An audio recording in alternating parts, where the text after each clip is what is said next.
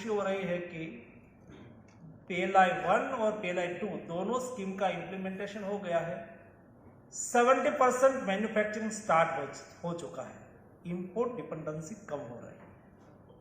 हमें मैन्युफैक्चरिंग भी करना है, मैन्युफैक्चरिंग बढ़ाना भी है, एक्सपोर्ट भी करना है, एक्सपोर्ट बढ़ाना भी है।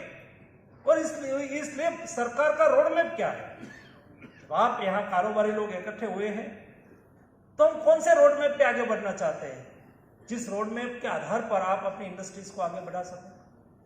उसके लिए क्या होना चाहिए?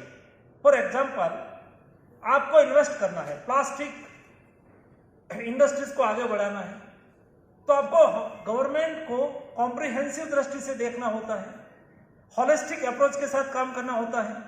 देश की पेट्रोकेमिकल्स रिक्वायरमेंट को पूरा करने के लिए बेसिक मटेरियल क्रूड होता है, तो क्रूड को रिफाइन करने के लिए क्रैकर चाहिए।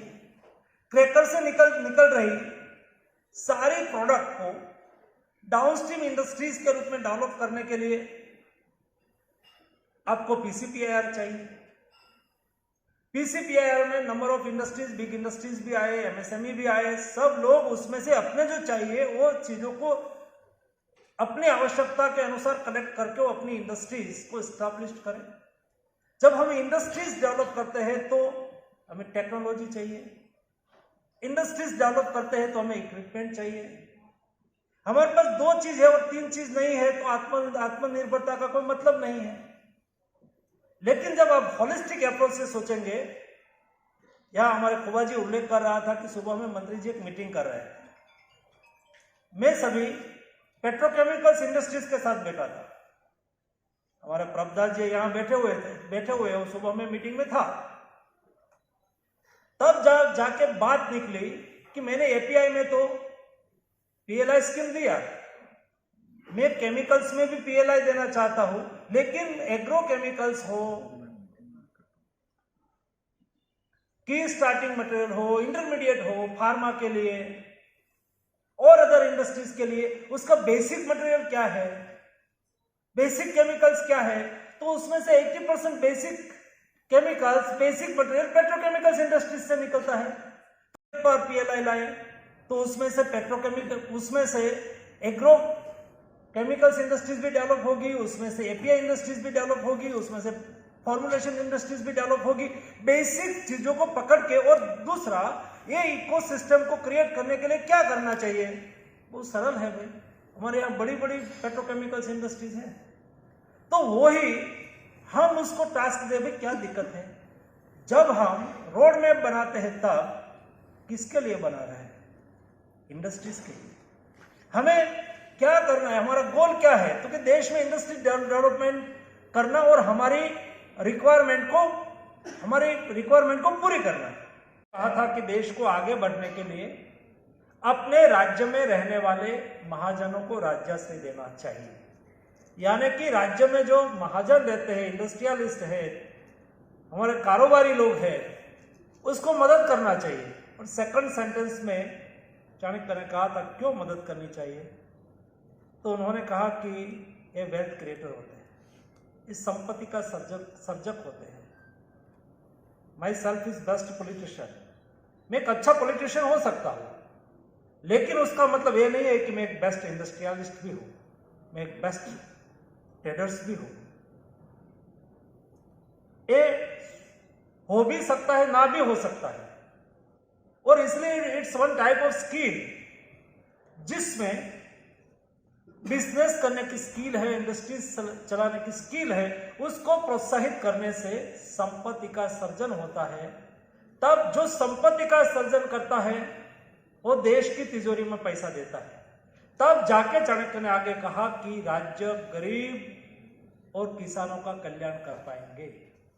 बहुत अच्छी बात उन्होंने 4 सेंटेंस में कही। तब भी 2000 साल पहले भी गरीब से टैक्स नहीं लिया जाता था, उसको देना होता था।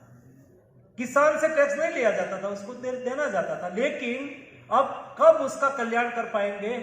तो जब सरकार की तिजोरी में पैसा आएंगे। तो सरकार की तिजोरी में पैसा कौन डालेंगे? तो वेल्थ क्रिएटर डालेंगे, महाजन डालेंगे। इसलिए हम जानते हैं, समझते हैं कि industries development a nation building के लिए आवश्यक होता है। और इसलिए not only for plastic industries but all type of industries, मैं फार्मा मिनिस्ट्री देख रहा हूं, वहां फार्मा इंडस्ट्रीज है, केमिकल्स इंडस्ट्रीज है, पेट्रोकेमिकल्स इंडस्ट्रीज है। सबसे पहले पीएलआई स्कीम फार्मा इंडस्ट्रीज में मैं लेके आया था, मकसद यही था, मोदी जी ने कहा कि देश को आत्मनिर्भर बनाना चाहिए। आत्मनिर्भर यानी कि उसकी डिफिनेशन केवल इतनी नहीं है कि हम सारी चीज इंडिया में ही बना लें। ग्लोबलाइजेशन का समय है, हमें कुछ इंपोर्ट भी करना पड़ता है, हम एक्सपोर्ट भी करते हैं, लेकिन देश की क्रिटिकल रिक्वायरमेंट तो मिनिमम हमारी जो क्रिटिकल रिक्वायरमेंट है वो तो इंडिया में बननी चाहिए। ये उद्देश्य से 53 एपीआई आइडेंटिफाई किया था। वो 53 एपीआई 80-85% एवं हम इंपोर्ट पर डिपेंडेंट थे। और उसको जैसा यहां बताया गया अभी तक नहीं हुआ है इतना सबसे बड़ा 2023 प्लास्ट इंडिया को ऑर्गेनाइज करने हम जा रहे हैं। इस टाइप के कार्यक्रम की आवश्यकता इसलिए होती है, इस इंडिया प्लास्ट के माध्यम से not only for India but entire world तो प्लास्टिक इंडस्ट्रीज के प्लेयर यहां आएंगे। बेस्ट टेक्नोलॉजी का आदान प्रदान होगा,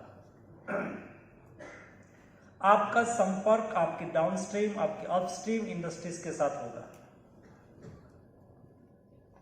जो आपकी इंडस्ट्रीज को आगे बढ़ाने में उपयोगी भी होगा।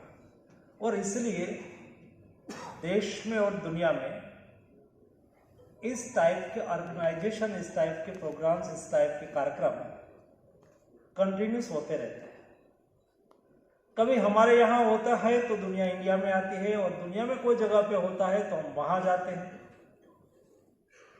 लेकिन ये लर्निंग होती है, सीखना होता है। सीख के समझ के आगे हम उसमें से कुछ न कुछ करते हैं। उसमें हमारा व्यक्तिगत तौर पर इंडिविजुअल सेल्फ डेवलपमेंट भी होता है, सेल्फ इंडस्ट्रीज डेवलपमेंट भी होता है, और उसके साथ देश की इंडस्ट्रीज भी आगे बढ़ती है। इसलिए इस कार्यक्रम का महत्व होता है। और जब यहां हम सब इकट्ठे हुए हैं तब हमारे जिग्नेश भाई कह रहे थे कि थोड़ा कुछ मदद मिल जाए तो हम बहुत कुछ कर सकते हैं। दोस्तों, हमारी सरकार Modi government is pro poor, pro farmers but industries friendly government. हम मानते हैं, जानते और समझते भी है कि कोई भी देश को आगे बढ़ना है तो उसकी प्राथमिकता होती है अपनी इंडस्ट्रीज को प्रमोट करना, इंडस्ट्रीज को आगे बढ़ाना। ये नहीं केवल हम कहते हैं, लेकिन आज से 2000 साल पहले आचार्य चाणक्य ने एक अच्छी बात कही थी कि कोई देश आगे बढ़ना चाहते, कोई राज्य आगे बढ़ना चाहते तो उसकी प्राथमिकता क्या होनी चाहिए।